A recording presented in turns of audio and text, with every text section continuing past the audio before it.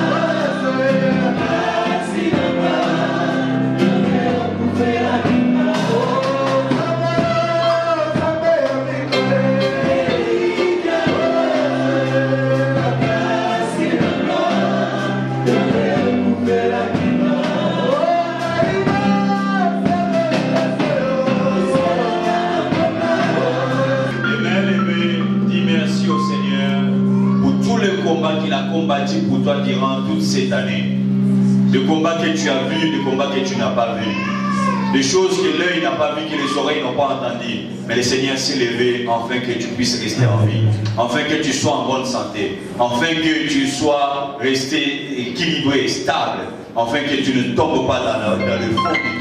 Remercie le Seigneur pour cela, nous prions dans le nom de Jésus. Prie le Seigneur, dis merci au Seigneur. La fin de l'année, c'est le moment de reconnaissance. C'est le moment où on est reconnaissant pour le Seigneur. On lui rend grâce et honneur pour tous les bienfaits, pour toute sa bonté, pour toute sa fidélité. Merci Baba, merci tous. Merci Yoshua Yamashia. Merci Adonai, le Dieu véritable, le Dieu omniscient, omniprésent, le Dieu omnipotent, toi qui as créé les choses visibles et les choses invisibles, les choses palpables et celles qu'on ne peut pas palper, celles qui marchent et celles qui rampent, celles qui respirent et celles qui ne respirent point, celles qui volent et celles qui nagent, éternel mon Dieu. Nous te bénissons, Père. Merci pour toute la victoire que tu nous as donnée. Merci pour ta protection. Merci, Seigneur, pour tous les combats, Seigneur, que tu nous as épargnés, éternel mon Dieu. Peut-être, Seigneur, nous avons traversé les zones de turbulence, Seigneur. Nous avons senti la chaleur. du feu, ce qui était l'attaque de l'ennemi. Mais Seigneur, nous ne savons pas ce que l'ennemi avait réellement réservé. Nous avons vu la tête de l'iceberg. Mais Seigneur, nous n'avons pas vu le fond, Père. Parce que tu es amour, parce que tu es bonté, parce que tu es fidèle. Dans le nom de Jésus, nous avons ainsi prié. Amen. Donc, Seigneur, nous allons nous asseoir. Amen. Amen. Merci. Gloire à Dieu. Donc, celui qui va nous apporter la parole cet après-midi, l'Église le connaît très bien. Amen. Amen. À moins que vous soyez vraiment un nouveau dans l'Église, mais c'est vraiment un homme de Dieu que toute l'Église connaît. Nous avons travaillé avec lui dans beaucoup de services de délivrance et Dieu s'est manifesté puissamment. Amen. Amen. Il est parmi les personnes qui m'ont vraiment accueilli ici en France et qui m'ont ouvert la porte. Et je crois que le premier dimanche que j'ai prêché ici en France, c'est lui qui m'avait ouvert la porte de l'église. Amen. Amen. C'est un père, c'est un grand frère dans le ministère. Amen. C'est une personne qui, avec toutes les difficultés, tous les combats, tous les problèmes que j'ai traversés dans ma vie, il a toujours été à mes côtés pour m'accompagner et pour faire que la victoire soit de notre côté. Amen. Amen. Parce que sans plus attendre que nous allons accueillir sous vos acclamations. Il a une très grande église ici en France. Amen. Et le Seigneur l'utilise puissamment. Vraiment puissamment. Sous vos acclamations, nous allons nous tenir debout. Nous allons accueillir l'homme de Dieu, le pasteur Nico Batika.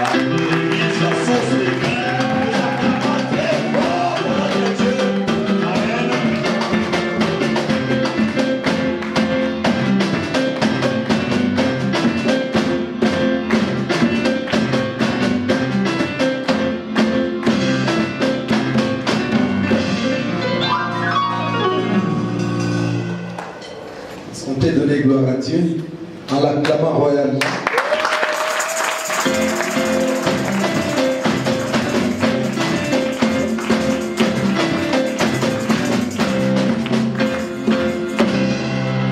Je demande à tout le monde que chacun prenne sa Bible.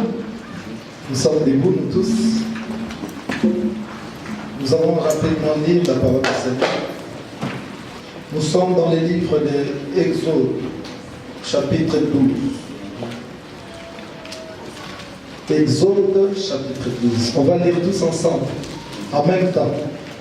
Je vais compter jusqu'à 3 et à 3, nous tous nous levons nos voix et nous faisons la lecture ensemble.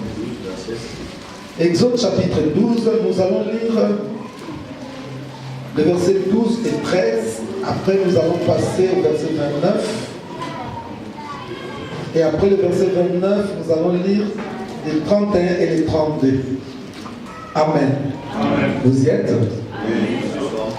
En réalité, nous allons parcourir les livres d'Exode, mais j'ai choisi cette partie pour pouvoir faire la lecture. Mais d'autres versets, nous allons juste les citer, ce sont des choses que vous connaissez déjà. Amen. Amen. Alors, 1, 2 et 3. Cette nuit-là, je passerai dans le pays d'Égypte et je frapperai tous les premiers-nés du pays d'Égypte, depuis les hommes jusqu'aux animaux, et j'exercerai des jugements contre tous les dieux de l'Égypte. Je suis l'Éternel, le sang vous servira de signe sur les maisons où vous serez. Je ferai le sang et je passerai par-dessus vous, et il n'y aura point de plaie qui vous détruise. Versets 31 et 32. Au milieu de la nuit, l'Éternel frappa tous les premiers-nés dans le pays d'Égypte, depuis les premiers-nés de Pharaon, assis sur son trône, jusqu'au premier-né du captif dans sa prison, et jusqu'à tous les premiers-nés des animaux. Versets 31 et 32. 1, 2 et 3. Dans la nuit même, Pharaon appela Moïse et Aaron et leur dit: levez-vous, sortez du milieu de mon peuple, vous et les enfants d'Israël. Allez, servez l'Éternel comme vous l'avez dit. Prenez vos brebis et vos bœufs comme vous l'avez dit. Allez et bénissez-moi. Amen. Amen. Seigneur notre Dieu, nous bénissons ce message que tu nous adresses cet après-midi. Laisse que, Seigneur, la parole ou le message de cet après-midi puisse bénir quelqu'un, puisse faire sortir quelqu'un de l'esclavagisme de Satan. Je viens ramener toute pensée captive à l'obéissance de ta parole. Père, permets que ton règne descende en ce lieu. Ta présence nous fait du bien. Viens régner du début jusqu'à la fin. Au nom de Jésus-Christ. Amen. Amen. Nous acclamons la parole. Veuillez prendre place. Mais bien aimés, vous avez compris que nous sommes dans le livre d'Exode. Donc mon thème de cet après-midi s'intitule l'Exode. Amen. Amen. Est-ce que quelqu'un peut dire après moi l'Exode? On dit vraiment avec conviction l'Exode. Bien aimé, l'Exode veut dire simplement la sortie. L'exode signifie la sortie. Donc je vais parler de la sortie. Ce n'est pas n'importe quelle sortie, c'est la délivrance. Alléluia. Amen. Je voudrais parler de la délivrance. Vous savez, il y a eu une personne qui a été vendue et qui est partie en Égypte comme prisonnier. Et non, oui, il est parti en Égypte comme prisonnier. C'était Joseph. Et en sortant de la prison, il était entré dans la gloire. Et cette gloire bien-aimée a fait qu'il puisse faire appeler toute sa famille. Et sa famille était en Égypte comme la famille du Premier ministre. Qui peut toucher la famille du Premier ministre? Personne. Ils étaient très à l'aise. Ils vivaient bien. Ils ont commencé à avoir des enfants. Ils se sont mariés. Ils étaient riches. Ils étaient bien. Mais à un moment donné, au début juste du livre d'Exode, on nous dit que quand le pharaon qui avait connu Joseph était mort, il y a eu un autre pharaon, le roi d'Égypte, qui n'a jamais connu Joseph. Et ce pharaon a constaté que les enfants d'Israël devenaient un peuple nombreux, ils devenaient puissants. Ça a attiré la jalousie de ce pharaon qui a commencé à prendre des décisions contre le peuple de Dieu. Amen. Amen. Je voudrais que vous me suivez très bien, bien aimé. Je suis en train de faire asseoir le message. Amen. Ce pharaon, en voyant la force et la puissance des enfants d'Israël en Égypte, ça lui a attiré la jalousie, la colère, la haine. Il a transformé, il a changé leur situation. Bien aimé, ils sont devenus des esclaves. Ils sont devenus des prisonniers. Ils ont commencé à souffrir. Et ce peuple a pleuré, ce peuple a pleuré, a pleuré, a pleuré.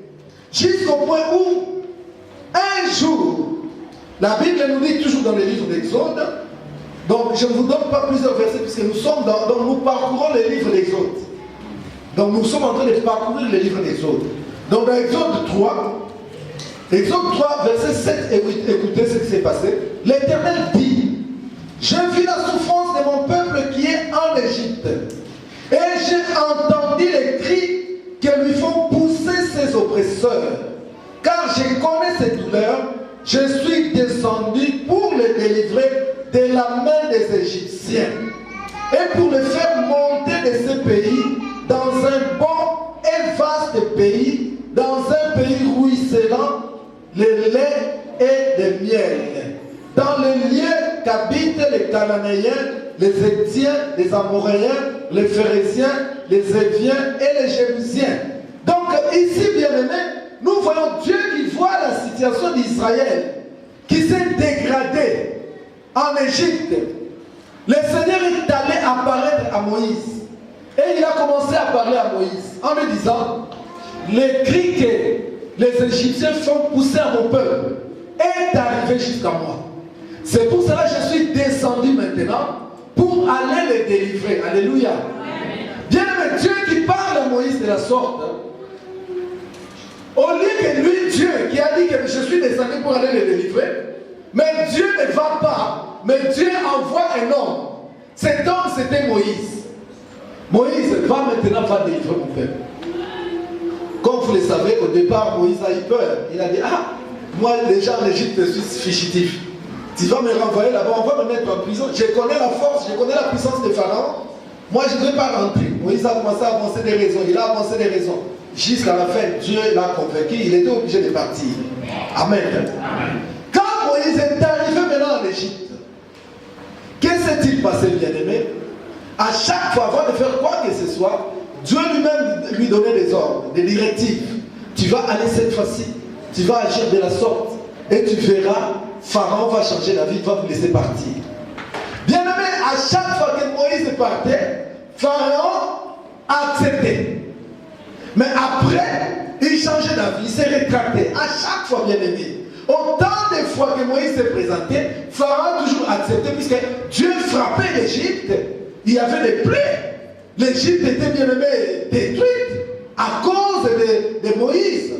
Alors Dieu, comme il agissait au travers de Moïse, Pharaon, il changeait d'avis, il changeait d'avis, il changeait d'avis. Et à la fin, quelque chose s'est passé, c'est là où nous venons de lire. C'est là où nous allons expliquer bien cette histoire. Nous parlons de l'exode. L'exode ne signifie simplement que la délivrance. Les livres d'Exode, bien aimé, nous parlent de la délivrance du peuple de Dieu. La délivrance d'Israël. Israël qui était esclave. Israël qui a crié. Israël qui a pleuré. Israël qui a tout fait pour pouvoir sortir. Mais la Bible nous dit que la main de Pharaon était tellement puissante sur Israël. Même quand Pharaon voyait les blessures, quand il voyait les ténèbres, quand il voyait les sauterelles, quand il voyait l'eau changer en sang, quand il voyait les poux, à chaque fois il acceptait et après bien aimé il s'est rétracté. C'est ce que nous sommes en train de vivre. Ecclésiaste nous dit ce qui est a déjà été. Et il n'y a rien de nouveau sous le soleil. Amen. Amen. Alléluia. Donnez-moi un amen vivant. Amen. Voilà. Bien aimé dans la vie, Dieu nous a appelés pour la liberté. Quand je vois le peuple de Dieu, Israël n'était pas n'importe quel peuple. C'était un peuple choisi. Un peuple choisi de Dieu. Un peuple que Dieu lui-même a choisi selon sa propre volonté. Mais bien aimé, un homme, un humain, qui s'appelle Pharaon, il prend la décision de changer même le plan de Dieu sur ce peuple. De torturer ce peuple, de faire souffrir ce peuple. Bien aimé, Dieu il voyait.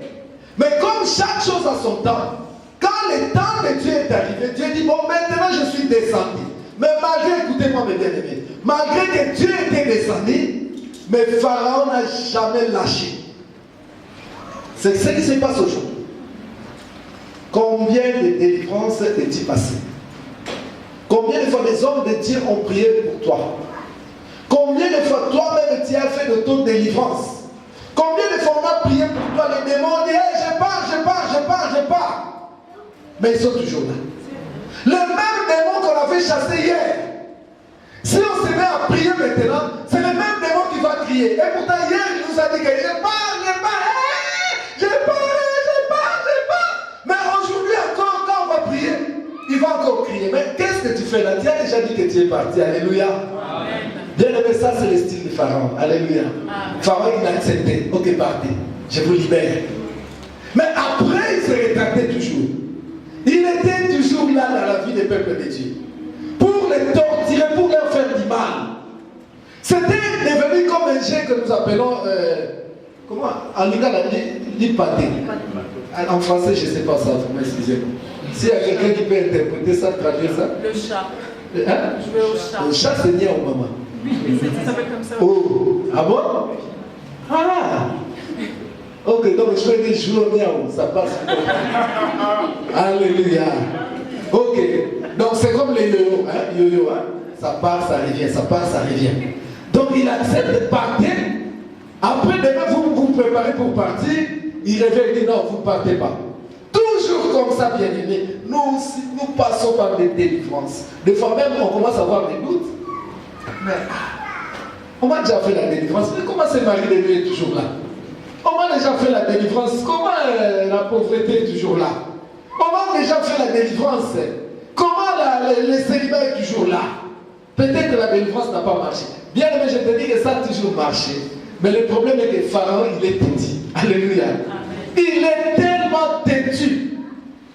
Quand on voit les plaies avec lesquelles Dieu frappait l'Égypte, bien mais l'eau changeait en sang. Des fois, il y avait les ténèbres. Partout où il y avait les Égyptiens, il n'y avait que les ténèbres. Et la lumière était seulement dans les camps des Israéliens. Mais Pharaon, malgré cela, il ne lâchait pas, il ne lâchait pas. Il y avait les sauterelles. Et pourtant, c'est lui qui pleurait. Il allait même voir Moïse. Moïse, ah, vraiment, je capitule. Partez cette fois-ci. Je ne vous retiendrai plus, partez. Mais à la fin, il disait non, si vous vous partez, nous alors. Bien aimé, le diable ne voit que ses intérêts. Les maris de nuit pour te lâcher. Il peut accepter aujourd'hui. Ah, je pars. Quand il va partir, il va dire, et la nuit, je vais faire quoi? Il va revenir toujours. C'est pour cela qu'il revient. C'est ça l'histoire, bien aimé, qui a fait que la colère de Dieu puisse descendre. Et ce sont des choses que moi et toi, nous sommes en train de vivre. Nous passons de délivrance en délivrance. On t'a tellement imposé des mains. Je ne sais pas si cette fois-ci on doit imposer les pieds. Parce que ça ne marche pas. Nous ne savons plus quoi faire. Il y a même des mamans qui disent que papa, quel jeûne n'ai-je pas fait? J'ai fait les jeûnes de 3 jours, d'une semaine, de 14 jours, de 21 jours, de 40 jours, mais je ne vois toujours rien. Bien aimé, tu peux tout faire, mais il y a quelque chose peut-être que tu n'as jamais fait. C'est ce que je vais t'apprendre aujourd'hui, que tu dois faire. Nous sommes à la fin de l'année. Nous sommes vers la fin de l'année, bien aimé. Nous voulons commencer une nouvelle année. Nous devons aussi vivre l'exode. Sortir de la souffrance. Puisque des fois nous nous posons des questions, mais jusqu'à quand cette situation va durer dans ma vie?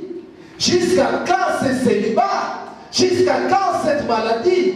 Jusqu'à quand la stérilité? Jusqu'à quand les problèmes des papiers? Bien aimé, on a des problèmes que nous ne comprenons pas. Des problèmes interminables. Il n'y a jamais de solution, même quand apparemment ça semble aller. Mais à la fin, ça ne marche pas. Il y a des fiancés qui viennent aujourd'hui, les choses commencent à bien marcher, mais à la fin, il y a quelque chose et le fiancé va partir. Et quand il part, il épouse une autre femme. Toi, tu es toujours là. Combien d'hommes sont passés par toi, ma soeur? Il n'y a toujours rien. Est-ce que tu t'es déjà posé des questions? Qu'est-ce qui se passe? Mais il y a même d'autres qui sont prêts à abandonner la foi. Puisqu'on ne voit plus l'intérêt de prier. Puisqu'on a tout fait ce qu'on peut, bien aimé. Moïse a même dit à Dieu, Seigneur, moi je suis fatigué. Je suis fatigué de me présenter toujours devant Pharaon pour réclamer la délivrance de ton peuple. Bien aimé, des fois même nous les pasteurs, nous sommes des fois même fatigués de prier pour les enfants de Dieu. Puisque nous prions aujourd'hui, les démons crient, je pars. Demain, les démons, ils reviennent les mêmes démons. Tous les jours, la même chose. Bien aimé, quand quelque chose devient toujours la même chose, ça devient fatigant. Amen. Moïse a dit, non, je suis fatigué, Seigneur. Je suis fatigué. Dieu dira à Moïse, c'est là que nous venons de dire, bien aimé. Dieu dit à Moïse, maintenant, nous allons terminer cette histoire. Nous allons finir cette histoire. On a trop joué avec Pharaon. Ma soeur, mon frère, nous avons trop joué avec les démons. Nous sommes vers la fin de l'année. Mon souhait est que tu commences ton exode. Comme 2013, c'est fini. 2014, ça soit pour toi l'exode. Amen. Une année nouvelle avec joie. Que tu vives les promesses de Dieu. Que les plans que Dieu a conçus pour toi, que tu puisses les palper, bien aimé. Les vivre vraiment. Puisque aujourd'hui les chrétiens, nous sommes devenus, comme des perroquets. Nous récitons des versets. Et pourtant l'apôtre Paul nous a dit, la vraie prédication, ce n'est pas des discours persuasifs, mais c'est la démonstration de la puissance de Dieu. Nous disons aux gens, si une personne est en Christ, elle devient une nouvelle créature. Les choses anciennes sont passées et toutes les choses sont devenues nouvelles. Mais bien aimé, quand on voit nos vies, ce n'est pas la réalité. Alléluia. Donc la parole de Dieu est devenue comme des slogans. Il n'y a aucune condamnation pour ceux qui sont en Jésus-Christ. Mais quand on voit ta sœur, elle n'est pas mariée, votre maman elle-même, on l'avait engrossée. Vous êtes 4 femmes. Dans la famille, personne n'est marié. Toi-même, tu n'es pas marié, malgré que tu pries. Mais dis-moi, une personne en Christ devient une nouvelle créature. montre-nous la nouveauté. Montre-nous la nouveauté, bien-aimé. Il n'y a pas. Et la Bible nous dit, vous verrez la différence entre ceux qui servent Dieu et ceux qui ne le servent pas. Il faut que les gens puissent voir la différence entre toi et le reste de ta famille qui ne prie pas. Amen. Alléluia. Bien-aimé, aujourd'hui nous cherchons à justifier Dieu. Or non, nous ne devons pas justifier Dieu. Dieu doit se justifier lui-même dans nos vies. Amen. Mais des fois même nous n'arrivons pas à gagner les âmes. Vous savez pourquoi, bien-aimé? Puisque ce que nous disons, nous ne le vivons pas nous-mêmes. Si une stérile aujourd'hui enfante, beaucoup de gens viennent à l'église. C'est vrai. Si un pauvre devient riche, les gens viennent à l'église. Aujourd'hui, les églises, disons les églises de réveil. Bien aimé, nous ne faisons que la mutation des fidèles. Il quitte cette église, il va dans telle église. Il quitte là-bas, il va là-bas. Mais nous ne gagnons pas les païens. Les païens restent toujours païens. Pourquoi? Parce qu'ils ne voient rien en nous. Nous ne les attirons pas. Nous ne les attirons pas, bien aimés. Comme Paul a dit, l'évangile, c'est la démonstration de la puissance de Dieu. Bien aimé, tu peux gagner les âmes sans prêcher. Les gens voient ta vie. Ils te posent la question, comment tu as fait? Tu dis, mais tu sais que moi j'ai pris. Si tu viens, toi-même tu viens. Il vient, et lui-même quand il voit, il dit, en tout cas il y a un Dieu. Lui aussi il a appelé une autre personne. Et ainsi de suite, bien aimé. L'église aujourd'hui, c'est le slogan. Nous ne vivons rien, il n'y a rien. Tu vois quelqu'un qui dit, il n'y a aucune condamnation pour ceux qui sont en Jésus. Mais qu'est-ce que tu vois dans sa vie, bien-aimé? Diabète. Cette diabète-là, c'est quoi? Leur maladie de famille, maladie héréditaire. Vous savez, les maladies héréditaires, ce sont des maladies de condamnation. Une personne dans la famille, comme Géasi, quand il est allé voler là-bas, Élisée l'a maudit, il lui a dit, la lèpre s'attachera à toi et à toute ta descendance. Donc ils étaient condamnés, toute la descendance de Géasi était condamnée à la lèpre. La lèpre, c'est une maladie, vous comprenez bien, mais des maladies de condamnation, ce sont des maladies incurables, des maladies héréditaires que nous recevons de nos parents. Mais si toi, aujourd'hui, réellement, il n'y a plus de condamnation en toi, on verra la différence entre toi et le reste de ta famille. Chez toi, il n'y a pas la lèpre, il n'y a pas la maladie, il n'y a pas la diabète, mais tandis que toute ta famille a la diabète.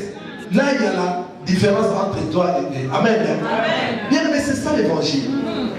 Le peuple de Dieu est esclave. Le peuple a commencé à souffrir, bien aimé. Et cette souffrance, il y a d'autres comme Moïse. Quand le peuple est entré en Égypte, Moïse, il n'était même pas né. D'ailleurs, lui-même, Moïse était sous une loi.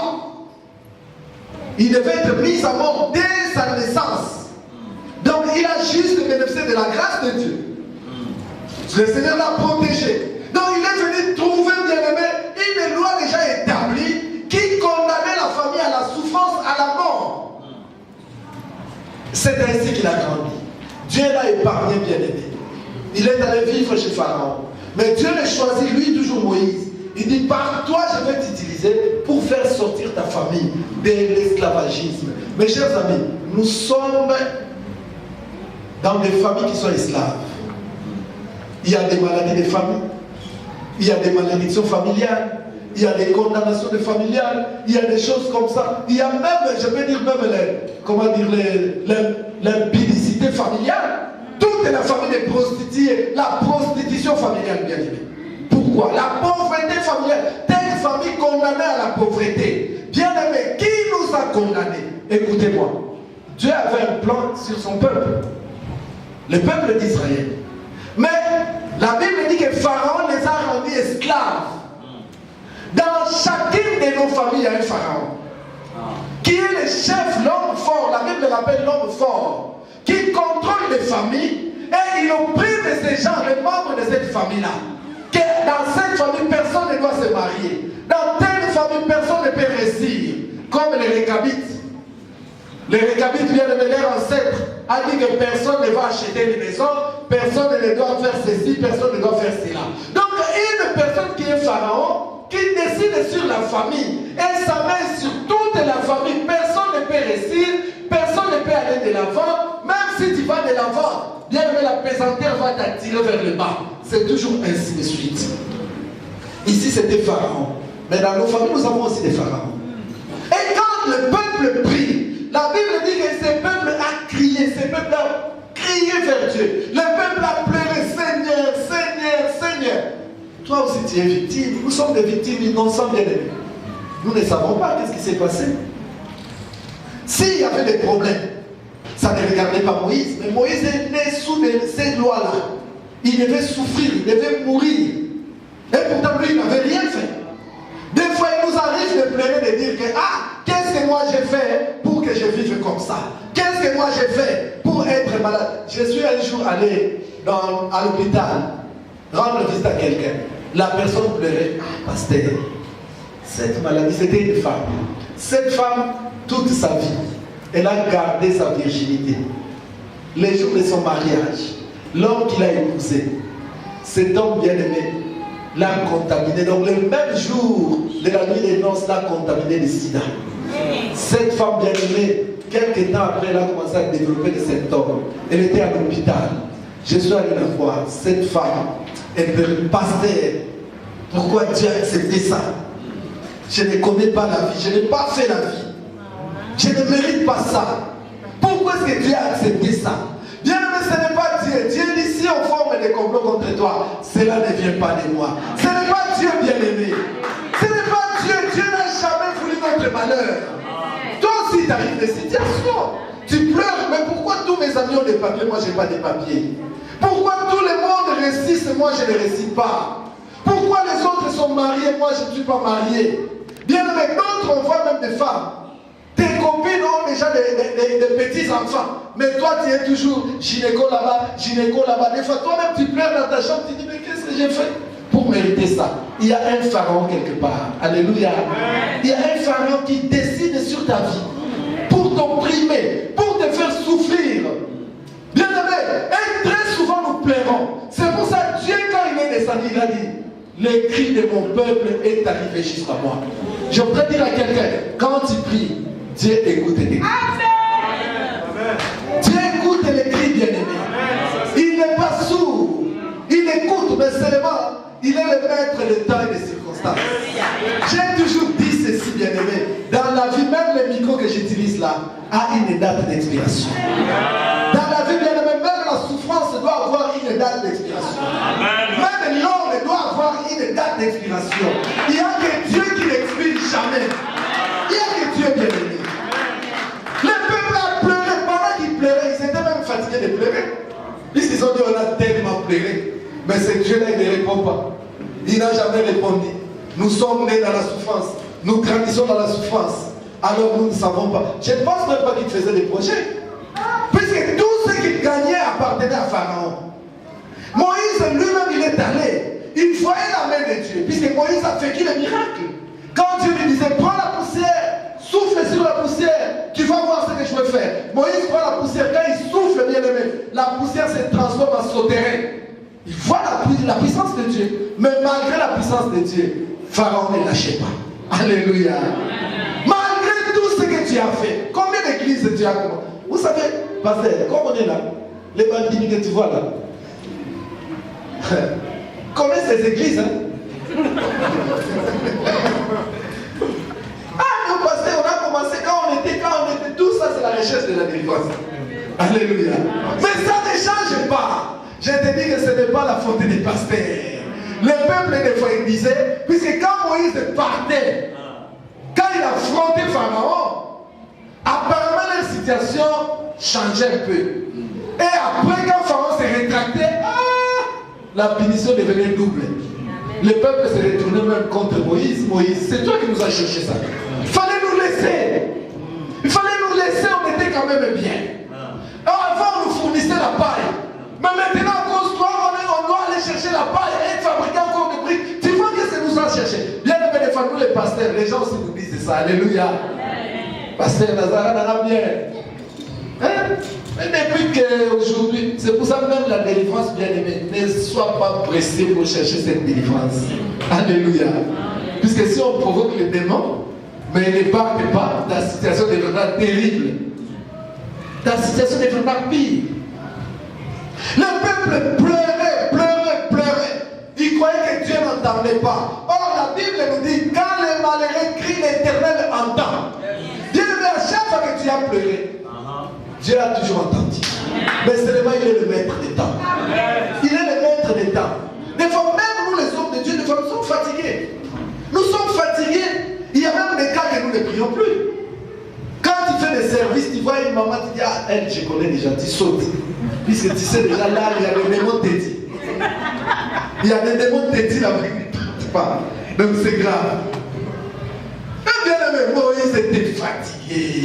Il a fait des miracles. Des fois, les hommes de Dieu, nous voyons la main de Dieu au travers de nos ministères. Nous voyons les stériles enfantés. Nous voyons les diabétiques guéris, les sidaïs qui guéris. Mais il y a d'autres cas, bien aimé, ça résistait. Là, des démons géants. Des démons géants qui sont restés dans cette famille-là des fois pendant plusieurs générations. Toi, tu penses que tu vas les chasser comme ça? Il va résister. Pharaon ne voulait jamais partir. Mais à la dernière minute, Moïse a dit non, Dieu, trop c'est trop. Cette fois-ci ou jamais. Je voudrais que quelqu'un dise aussi trop c'est trop. Puisque c'est trop, on est fatigué. Dans la vie, on doit évoluer. Je voudrais parler, bien que je parle de l'exode, mais je voudrais vous parler, bien aimé, de la puissance du sang de Jésus dans l'exode. Pour l'exode, il n'y a que la puissance du sang de Jésus-Christ.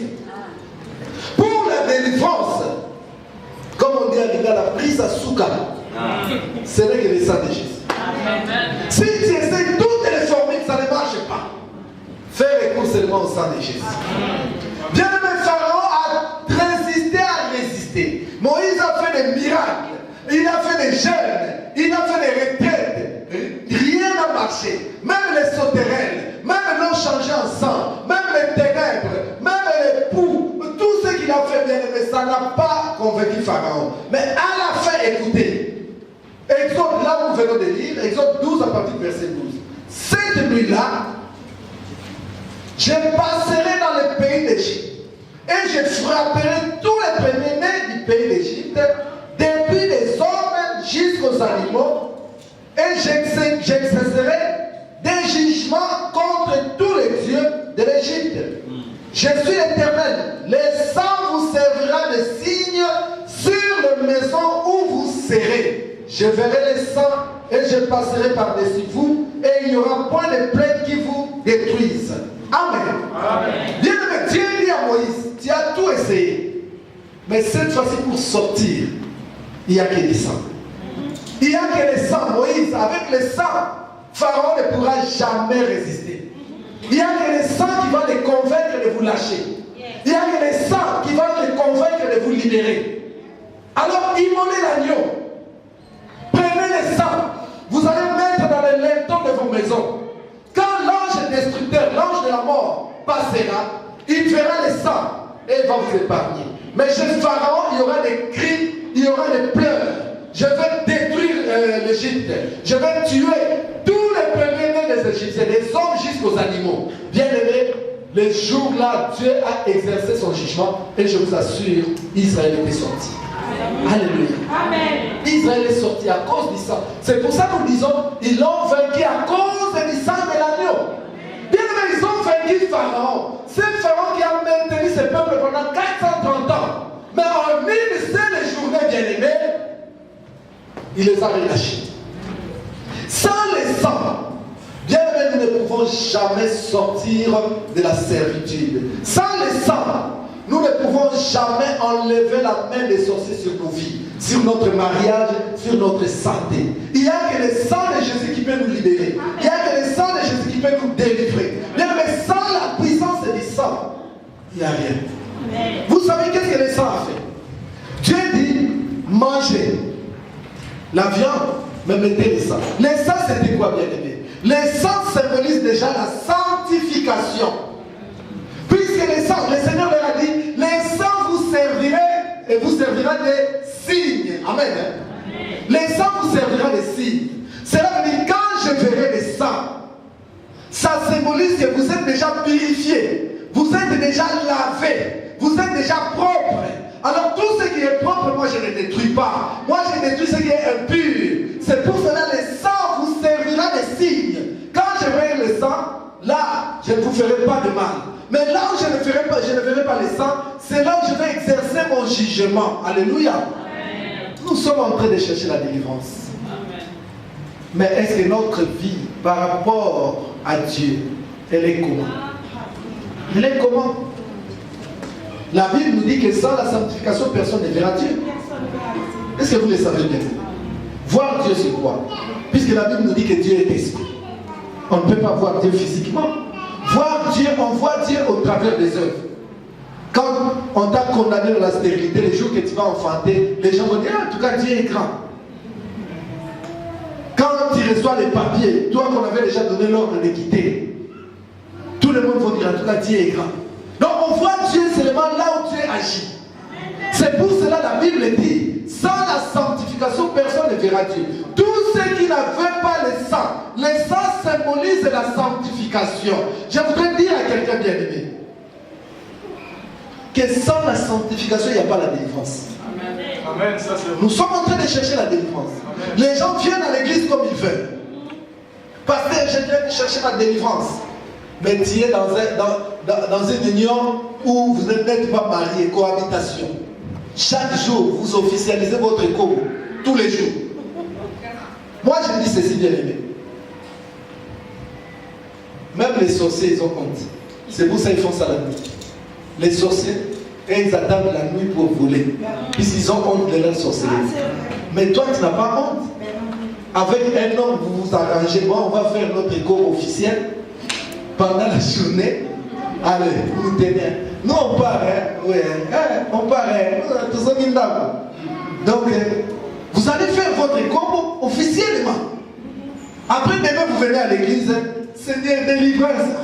On ne se moque pas de Dieu, c'est la Bible qui le dit. Bien que tu fais la délivrance, il n'y a pas de négociation avec Dieu. Il faut que Dieu voie le sang. Le sang symbolise la sanctification. La sanctification. Notre situation devient difficile de temps en temps. Pourquoi? Vous ne savez pas. Moïse, à chaque fois qu'il s'est rendu vers Pharaon, leur situation s'empirait. Pourquoi? Puisque Israël, quand ils étaient en Égypte, ils ont commencé à servir le Dieu des Baal, le Dieu des Égyptiens. Ils ont commencé à faire les mêmes pratiques que les Égyptiens. Donc ils étaient dans la saleté, ils étaient dans l'impureté. Et c'est pour cela, même quand Dieu travaillait au travers de Moïse, Pharaon s'est rétracté toujours. Et leur situation devenait terrible. Qu'est-ce qui se passe à l'église? Quand nous venons chercher la délivrance, on prie, non mais je le démon, demain, comme il n'y a pas de sang, bien qu'est-ce qui se passe? La situation devient encore pire. Tu n'as pas constaté que depuis que tu as commencé à prier, c'est là où tes problèmes deviennent encore plus difficiles. C'est à cause de ça. Puisque le Seigneur lui-même nous a averti, quand vous chassez un démon, sachez que ce démon va partir. Mais il va aller appeler ses amis. S'ils viennent, ils ne trouvent pas le sang. Puisque le sang va protéger maintenant. S'ils ne trouvent pas le sang, ce démon va entrer dans la vie de cette personne et sa situation va devenir encore 5 fois plus difficile. Toi, tu viens chercher la délivrance. Mais tu es là une vie d'impudicité terrible. Tu es là dans les critiques des hommes de Dieu, des serviteurs de Dieu. Tu es là dans une vie, tu ne payes pas la dîme. Dieu t'appelle le voleur. Quelqu'un qui ne paye pas la dîme, déjà, parlons même de la dîme. Qu'est-ce que Dieu nous dit dans Malachie? Il dit, si tu ne payes pas la dîme, si tu payes la dîme, je vais menacer celui qui dévore. Celui qui dévore, c'est Pharaon. Puisque Israël travaillait, mais il ne voyait pas l'argent.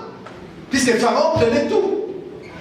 Mais Dieu dit, quand tu payes la dîme, moi je vais commencer à menacer celui qui dévore.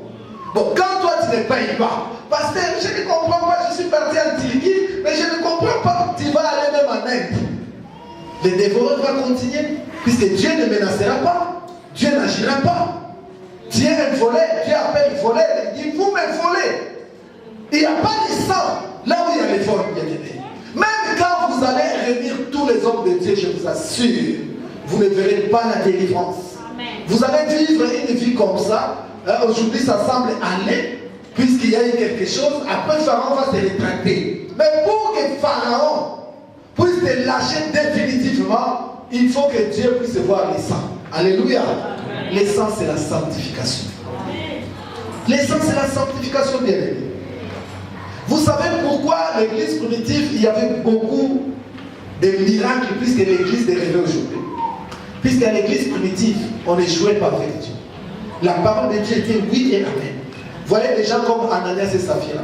Ils sont morts à cause de leur propre argent, puisqu'ils ont voulu mentir. Et bien aimé, la colère est arrivée et ils étaient morts. Aujourd'hui, dans l'église des réveils, nous faisons ce que nous voulons. Tu vois par exemple, comme on est là dimanche aujourd'hui, il y a même d'autres personnes qui sont dormies dans les boîtes de nuit. Il y a eu d'autres personnes qui ont fait n'importe quoi. Et comme on prie l'après-midi, ils se réveillent à 13h. Donne-moi ma Bible, je pars à l'église. Tu viens à l'église comme ça. Ah, Dieu est grand. Dieu. Non, bien aimé. Tu ne verras rien. La Bible dit, sans la sanctification, personne ne verra Dieu.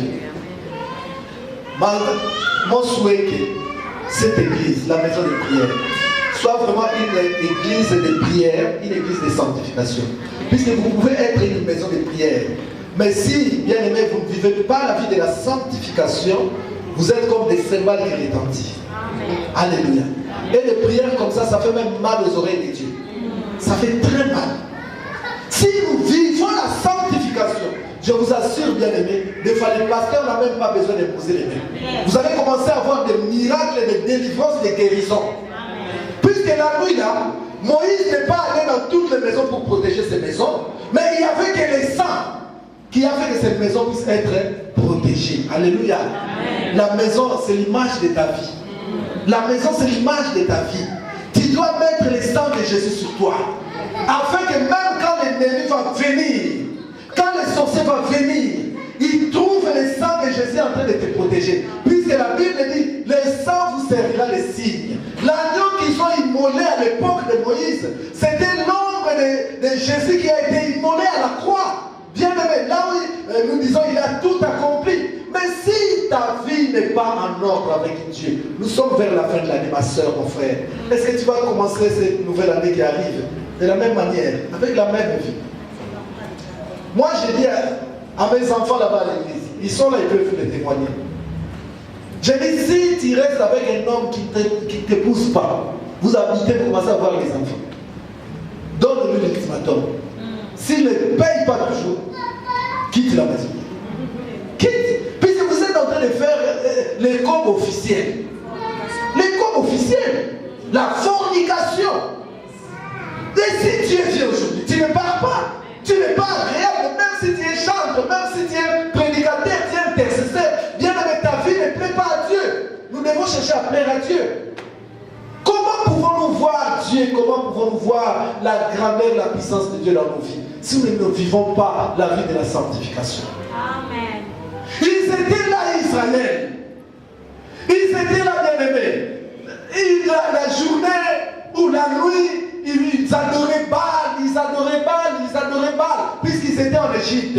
L'Égypte, c'est le monde que nous vivons aujourd'hui. Voyez ce qui se passe à gauche, à droite. Dans les chaînes de télé, il y a des films de porno. Aujourd'hui, vraiment c'est grave. Nous sommes dans Sodome et Gomorrhe. On dit même mariage pour tous. Il y a tout, bien aimé, tous. Il y a Internet partout. Nous sommes dans ce monde-là.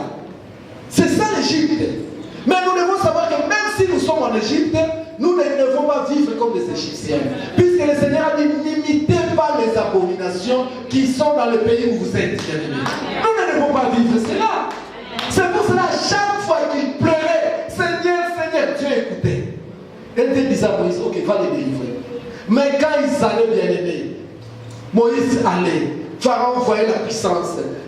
Moïse, c'est l'image du pasteur. Quand le pasteur vient prier, il y a la puissance de Dieu qui se manifeste. C'est pour cela que le démon crie. Laisse-moi. Il crie puisqu'il voit la puissance de Dieu à cause de la vie de sanctification du pasteur. Mais après cela, qu'est-ce qui se passe-t-il, bien aimé? Les démons reviennent toujours. Puisque tu n'as pas une vie de sanctification. Et ta situation s'empire tous les jours. Et tu dis que je vais voir la puissance de Dieu. Le pasteur n'a pas l'onction. Je vais dire à quelqu'un, tu n'as pas besoin de l'onction du pasteur pour demander. Yes. Tu as besoin de l'onction de Dieu. Puisque le propriétaire de l'onction, c'est Dieu. Est-ce que tu sais que Dieu peut te délivrer toi-même dans ta chambre? Amen. Dieu peut te délivrer lui-même. Il te délivre à partir de ta chambre. Il peut le faire. Nous avons vu beaucoup de gens comme ça. Lui-même dans la chambre, le Seigneur descend dans cette chambre-là. Quand Moïse lui-même a reçu la délivrance, il était avec qui? Qui a posé les mains à Moïse? C'était Dieu lui-même. Il dit à les mains dans ton sein. Quand il sort la main, c'était la lèpre qui est partie. C'était ça la délivrance. Dieu peut te délivrer si tu vis une vie de sanctification. Sans la vie de sanctification. Aujourd'hui, nous sommes des hypocrites. Nous vivons des deux vies. Il y a une vie de l'église et il y a une vie privée. Amen. Et quand quelqu'un parlait, tu dis, ça c'est ma vie privée. Bien dit, comment veux-tu voir la gloire de Dieu? Amen. Comment veux-tu voir la gloire de Dieu? Moi, j'ai vu tellement de miracles dans mon ministère sans que j'impose des mains aux gens. Des fois, moi-même, je ne sais même pas qu'est-ce qui s'est passé. Je le saurai seulement le jour où la personne témoigne. Papa, en tout cas, le jour là quand on a prié, je suis rentré à la maison, j'ai continué à prier. Regarde ce que tu as fait. Je suis allé faire le test, c'est parti. J'ai dit, ah bon? Puisque des fois, quand Dieu agit, c'est le pasteur qui est la première personne à être étonné. Amen. Puisque nous ne sommes pas des magiciens, nous ne programmons pas des miracles. Donc nous aussi, ça nous étonne. Oh, cette famille cause. Ah, Dieu. Amen. Le miracle, c'est toi qui le produiras par rapport à ta sanctification. Israël était là la nuit. Ils adoraient Baal. Ils avaient leur idole, ils avaient leur fétiche, ils faisaient tout. Le lendemain matin, Moïse va. Dieu délivre le peuple. Oh Moïse, à cause de toi, je vais les délivrer. Moïse, quand il va vers Pharaon, la puissance de Dieu se manifeste. Mais, comme il n'y avait pas la sanctification, il ne pouvait pas partir. Tu veux vivre l'exode, ma soeur, mon frère. Seul secret, c'est la sanctification. Moi, je pense que pour les églises, pour le peuple de Dieu, chaque année, quand nous déclarons, cette année, c'est l'année de la conquête, cette année, c'est l'année de comme ça, je crois que nous devons chaque année déclarer l'année de la sanctification. Alléluia. Puisque ça, la sanctification, bien aimé, moi, je suis un pasteur, je suis trop dans la délivrance. Mais, par expérience, je sais que sans la sanctification, il n'y a rien. Il n'y a rien de bien. On peut voir les semblants de délivrance, mais il n'y a rien.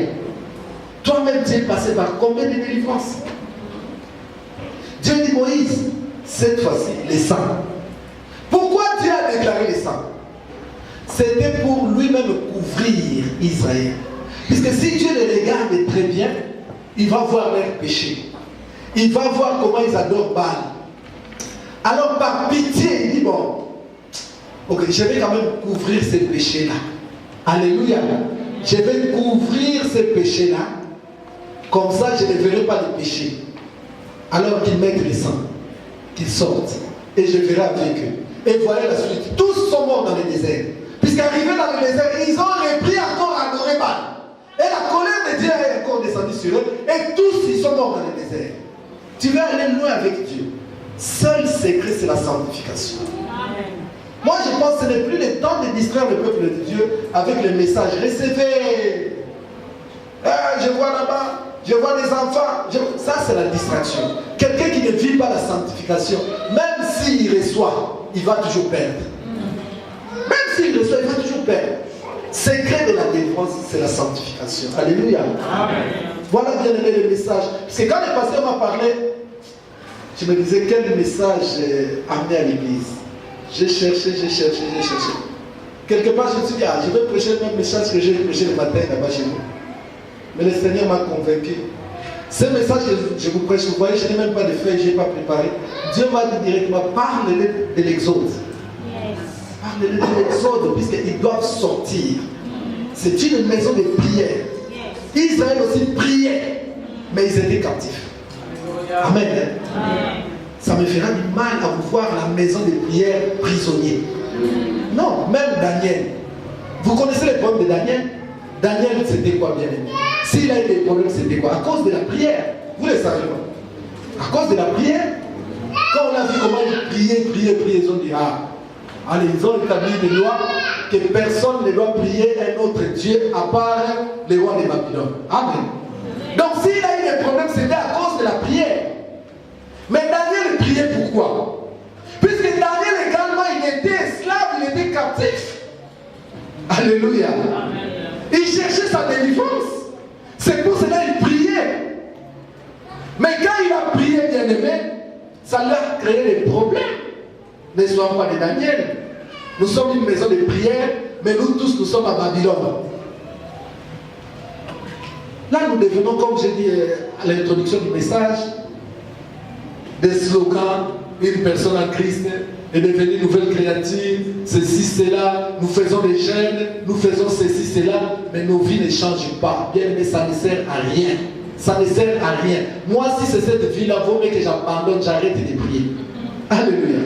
Mais puisque ça n'a pas d'importance, je vais gêner, je vais tout faire, je ne vois pas les changements. Alors à quoi ça sert?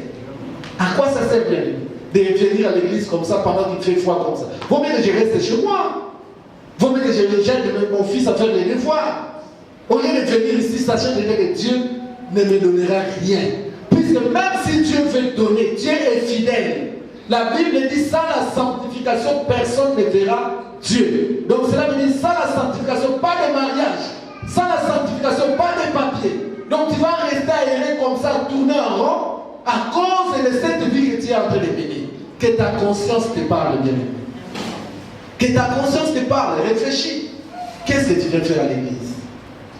Tu viens faire quoi, bien? Quand ils ont appliqué les sang, qu'est-ce qui s'est passé? À la fin, mes chers amis, après avoir appliqué les sang, l'âge des Scriptures est passé. Il a puni l'Égypte.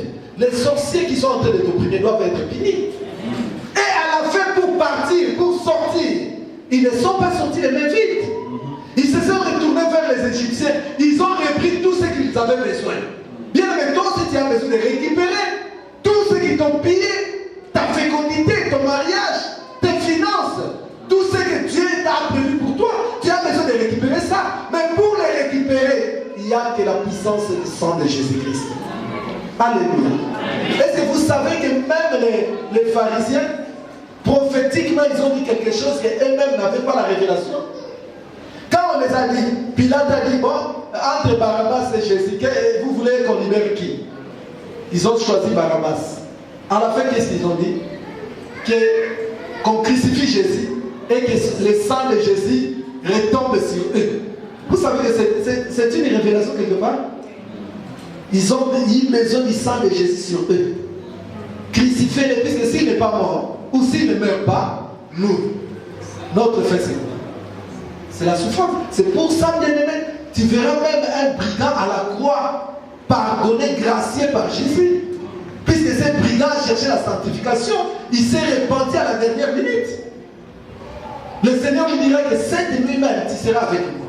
Bien aimé, cette vie, la Bible nous dit à quoi sert à un homme de gagner le monde et de perdre son âme. Tout ce que nous faisons, nous sommes toujours dans la souffrance, dans la misère, rien ne marche, nous pleurons, nous venons à l'église comme si c'était devenu un mosiki, un club d'amis. Nous venons à l'église, nous rentrons, ça devient une habitude. Ah, si dimanche je ne pars pas à l'église, je ne suis pas à l'aise. Non, nous venons à l'église pour être bénis, pour être délivrés, pour être libérés. On ne vient pas pour écouter la musique danser, non. On ne vient pas pour vendre des trucs qu'on a ramené des Guangzhou, non. On vient pour la délivrance. Bien aimé, la vie des peuples de Dieu, c'est l'image de notre vie. C'est pour cela que vous voyez l'exode du temps de Moïse, bien aimé, a été rappelé à l'exode du temps de Jésus-Christ. Le sang qui a coulé, le sang de l'agneau, c'était l'ombre des choses à venir, du sang de Jésus-Christ. Si nous voulons sortir sous la puissance des sorciers de nos familles, de malédiction, de la pauvreté, bien aimé, nous devons appliquer le sang. Mais le sang s'applique là où il y a seulement la repentance sincère. Yes. Alléluia. S'il n'y a pas la repentance sincère, il n'y a rien. Ils ont vaincu les diables, les sorciers à cause du sang de l'agneau. Nous devons chercher la sanctification, sans laquelle personne ne verra Dieu. Sans laquelle, bien aimé, on verra la puissance de Dieu. L'église primitive, il y a des miracles, puisqu'ils vivaient une vie de sanctification. À cette époque, vous savez comment les choses se passaient, bien aimé. Ananias et Saphira, leur propre argent, ils sont morts. Toi, à cause de ton propre argent, là, tu peux dire, dans les fois, quand je vais travailler, est-ce que le pasteur est là? Vous me parlez de dîmes, quelle dîme je dois payer? Je ne paye pas. Dieu dit, vous me volez à cause des dîmes. Et comment une telle personne peut voir la puissance de Dieu? Des fois, ça choque les gens quand tu viens voir le pasteur. Pasteur, les choses ne marchent pas, je ne comprends pas. Moi, je vais te poser la question, est-ce que tu es en ordre avec Dieu? Tu me diras comme les gens, oui, je gêne, je fais ceci, je fais cela, je fais. Je te demanderai après, est-ce que tu payes ta vie? Si tu ne payes pas, tu n'es pas en ordre avec Dieu. Comment peux-tu voir Dieu? Comment? Comment peux-tu sortir, bien aimé, de l'esclavagisme? Comment peux-tu sortir sous la main de l'ennemi qui est en train de t'opprimer? Puisque le projet que Dieu a formé sur toi, c'est un bon projet. Un projet d'espérance. Un projet de paix et non de malheur. Mais le malheur que tu vis aujourd'hui, c'est à cause de tes propres péchés. Si Israël est resté esclave en Égypte, puisque Israël a imité les Égyptiens, nous sommes dans ce monde, nous ne devons pas imiter le monde. Quand les musiciens du monde chantent leur danse, ils chantent leur musique, ils dansent leur danse, toi maman, tu n'as pas le droit de faire la même chose. Même ta façon de t'habiller, tu ne dois pas t'habiller pour séduire les frères. Tu ne dois pas faire ça. Amen. Si tu le fais bien aimé, la gloire de Dieu, tu ne verras jamais. Dans la vie de tout homme, on doit voir un avant et après. Quand les gens voient avant que tu commences à prier, et après, quand tu as commencé à prier, bien aimé, ils doivent voir la différence. Alléluia. Amen. Même les gens de ta propre famille. Voilà, bien aimé, le message que Dieu a mis dans mon cœur.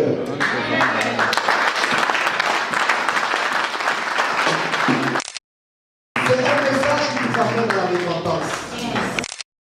Ici avec nous. Mais par rapport au message, je pense que nous devons au contraire pleurer pour nos vies. Chercher la sanctification. Des fois, nous faisons des choses comme des spectacles pour épater les gens. Recevez! La personne donne. Tu reçois quoi? Est-ce que tu es devenu gardien de but? Alléluia. Non, bien aimé. Nous devons d'abord nous mettre en ordre avec Dieu. Amen. Comme moi, je suis là. Si tu ne t'entends pas avec moi, est-ce que tu peux espérer recevoir quelque chose de moi? Jamais. Il faut d'abord que tu viennes te réconcilier avec moi. Nous devons nous réconcilier, bien aimés. Nous réconcilier avec Dieu. Tu regardes ta vie. Tu es en train de chercher la délivrance. Regarde tes amis, ils sont avancés, ils sont partis loin. Toi, jusque-là, tu es toujours là. Or, tu devais déjà être loin dans ta vie. Tu devais déjà être quelque part. Mais jusqu'aujourd'hui, tu es toujours là. Pourquoi tu n'avances pas bien? Puisque toi, avec Dieu, il y a un désaccord. Toi, avec Dieu, ça ne marche pas. Voilà, bien aimé, mettons-nous debout, acclamons le Seigneur.